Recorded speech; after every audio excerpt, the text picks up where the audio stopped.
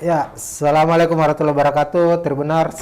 Kita sudah menyaksikan bersama-sama laga pekan ke-12 antara PSM Makassar menghadapi Barito Putra di Stadion Gelora B.J. Habibie Parepare. Dan hasilnya PSM Makassar mampu menang dengan meyakinkan skor 2-0, membuat ini menjadi laga keempat ketiga ya secara beruntun PSM Makassar tanpa kekalahan. Ini sebuah modal yang sangat baik tentunya Tribuners, dan kita akan sedikit membahas soal jalannya pertandingan, di mana dua gol yang diciptakan PSM Makassar ini. Gol pertama tercipta di menit ke 40 melalui Kenso Nambu, sang samurai milik PSM Makassar, top skor sementara PSM dengan satu gol tambahannya di laga pekan ke-12 ini. Artinya Kenso sudah mengoleksi 6 gol sejauh ini, menjadi top skor PSM Makassar. Gol dari Kenso ini cukup menarik karena melalui tendangan bebas, set piece, free kick. Ini sesuatu hal yang baru dilakukan oleh Kenso Nambu karena beberapa eksekutor tendangan bebas dari PSM harus absen. Sementara gol kedua lahir di babak kedua di menit-menit akhir 90 plus 3, dicetak oleh Rashid Bakri bermain sebagai pemain pengganti di laga ini. Nah, sebelum membahas lebih jauh soal hasil pertandingan, jalannya pertandingan, dan bagaimana Tapares mampu meramu skuad. Kalau kita lihat PSM ada banyak pemain yang absen, pemain reguler mereka yang absen di laga ini. Ini kita sudah tunjukkan susunan pemain dari kedua tim PSM. Kita lihat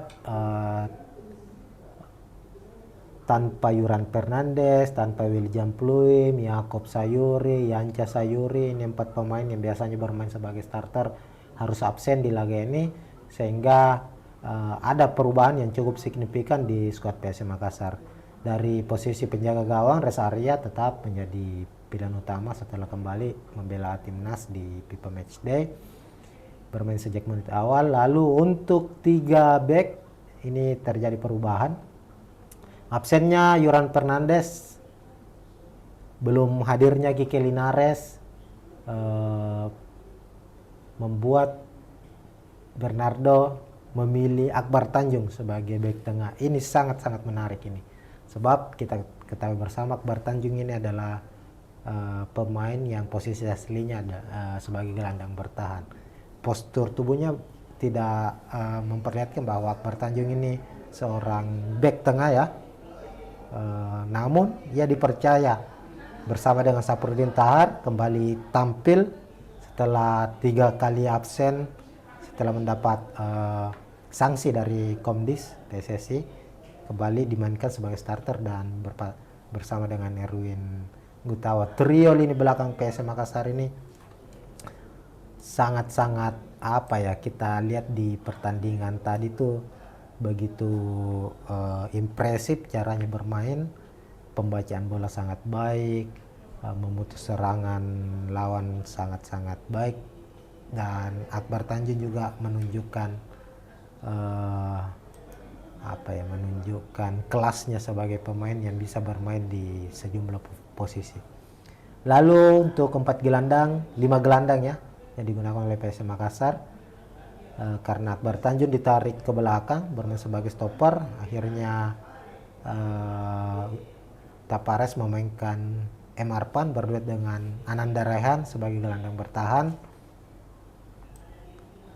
Lalu ada Kenso Nambu sebagai gelandang serang, Rizky Eka dan Zaki Asraf sebagai gelandang sayap. Dan untuk posisi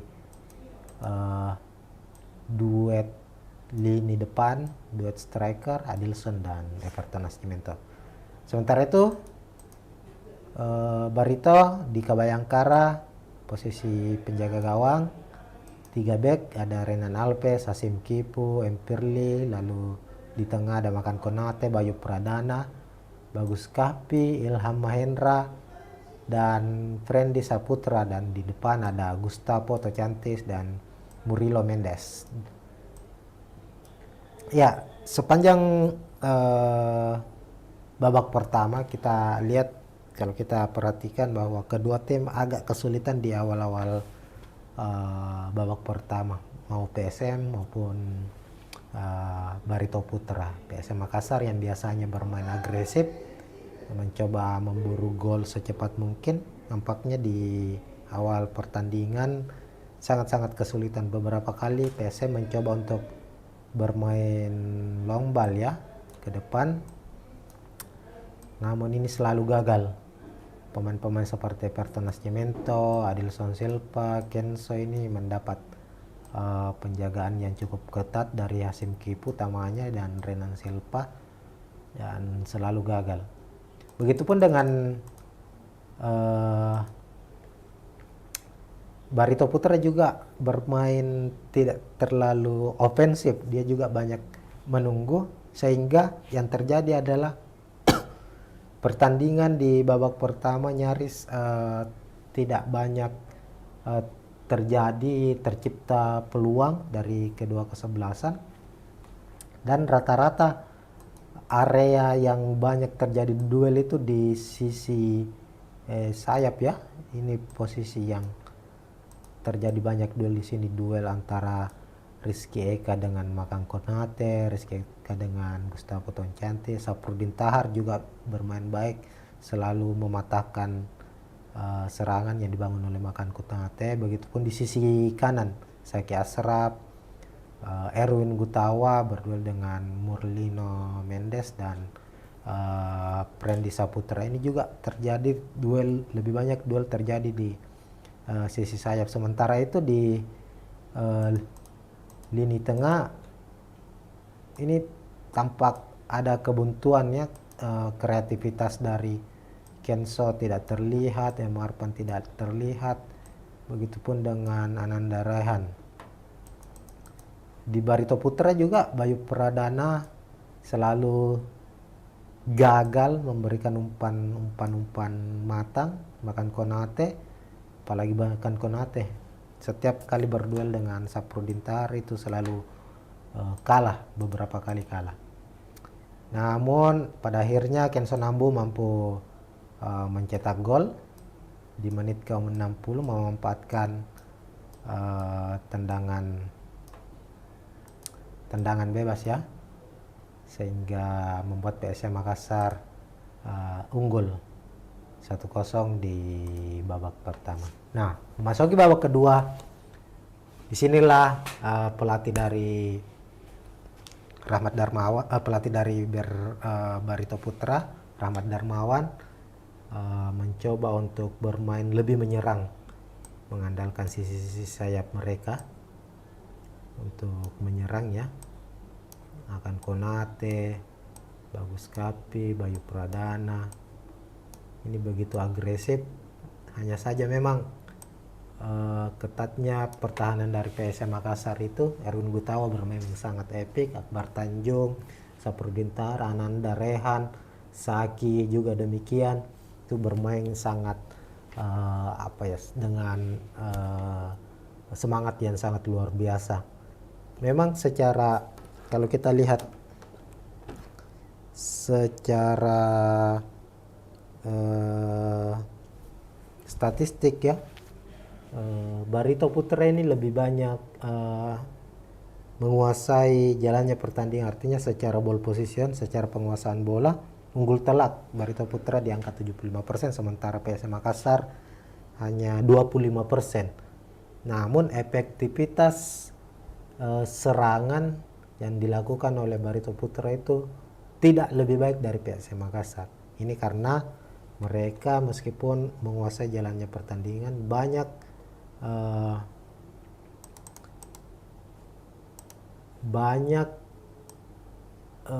umpan-umpan permainan bola itu dilakukan di area pertahanan sendiri.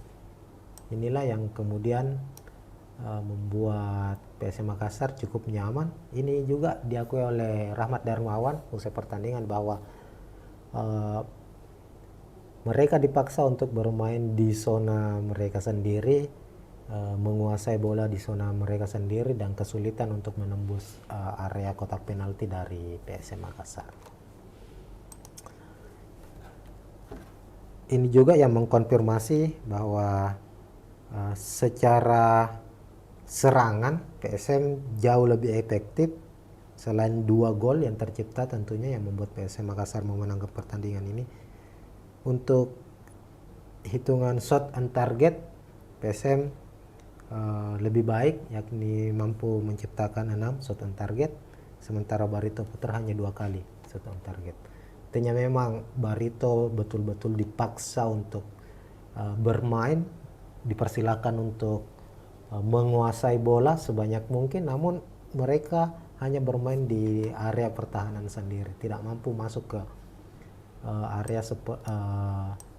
area pertahanan dari PSM Makassar. Nah, di babak kedua ini dengan beberapa kali percobaan yang terus dilakukan oleh Barito Putra membuat mereka mulai frustasi, memainkan beberapa pemain pengganti. Rizky Pora dimainkan,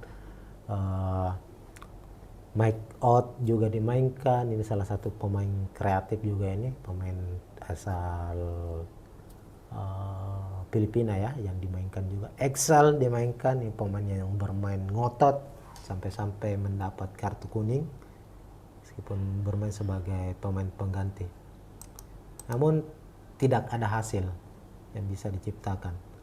Berbeda dengan PSM Makassar di babak kedua, utamanya di menit 70 ke atas itu PSM banyak melakukan pergantian pemain.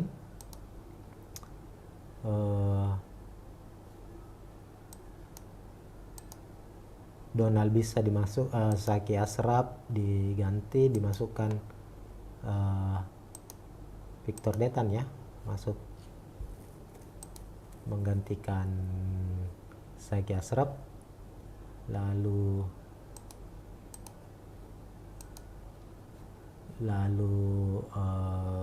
Donald bisa juga masuk.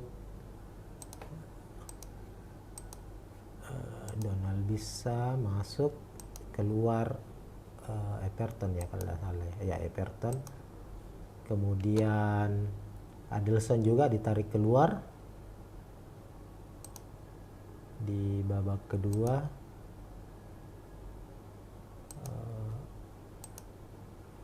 Everton out, masuk Andi Harjito ya, Andi Harjito.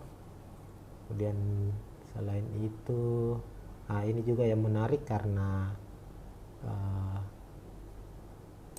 Dapa Salman masuk menggantikan Erwin Gutawa. Rashid juga masuk saat itu menggantikan, ini salah ya, ini Dapa Salman ini ya. Dapa Salman masuk. Yang berubah juga ini di lini tengah. Keluar Kenso, masuk Rashid Bakri.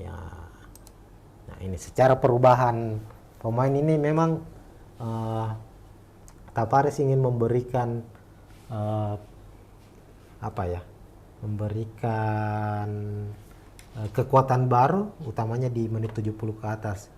Mulai dari lini depan langsung 2 pemain digantikan, Andi Harjito masuk, Donald bisa masuk di lini tengah, itu Rashid Bakri masuk, Victor Detan juga masuk, pemain muda ini. Dan ini yang menarik, Dapa Salman karena Erwin Gutawa cedera tidak bisa melanjutkan permainan, Dapa Salman dimainkan. Ini Dapa Salman di laga ini merupakan laga debutnya. Ini back yang didatangkan PSM Makassar di awal musim, back muda juga. Dan setelah masuknya para pemain-pemain baru ini, pemain-pemain dari bangku cadangan ini, PSM memberikan kejutan, membuat gol kill the game, di mana Donald bisa mendapat umpan dari Rizky Eka, mendapat lalu memberikan umpan kepada Rashid Bakri. Rashid di luar kotak penalti langsung melepaskan tembakan ke arah sisi tiang sebelah kanan ya. Akhirnya tercipta gol. Ini menjadi gol perdana Rashid Bakri di musim ini, sekaligus menjadi pembuktian comebacknya dia. Di awal musim sempat harus absen karena mengalami cedera, namun akhirnya dia menjadi pahlawan kemenangan dari PSM Makassar di laga kali ini.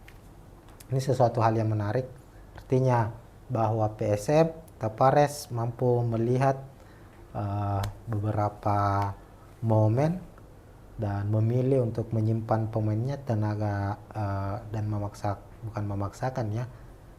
meminta para pemainnya yang bermain sebagai starter bermain sejak menit pertama hingga menit ke-70. Lalu setelah itu mereka memasukkan pemain-pemain yang akhirnya bisa memberikan menjadi pembeda di laga kali ini. Inilah salah satu kunci kesuksesan dari PSM Makassar yang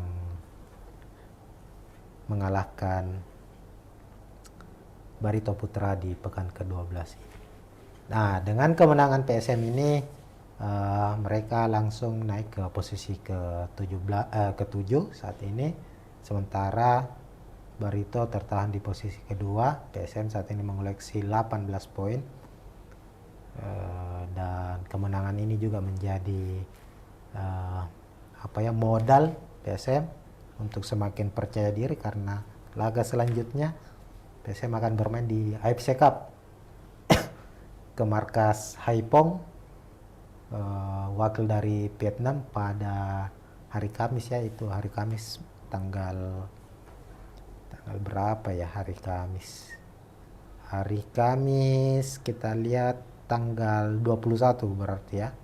PSM akan bermain di markas Haiphong pada laga perdana fase grup AFC Cup. Ya, kita berharap PSM tentu bisa meraih kemenangan di laga tersebut, karena PSM tampil mewakili Indonesia dan bisa membantu Indonesia meraih poin dan memperbaiki ranking mereka di FIFA. Oke, sekian dulu untuk review pertandingan kali ini. Selamat sekali lagi untuk PSM Makassar atas kemenangannya kali ini. Tapares lagi-lagi membuktikan bahwa dia layak disebut sebagai salah satu pelatih terbaik di Liga 1 Indonesia dengan mengandalkan pemain-pemain muda di skuad PSM Makassar. Oke, sekian. Assalamualaikum warahmatullahi wabarakatuh.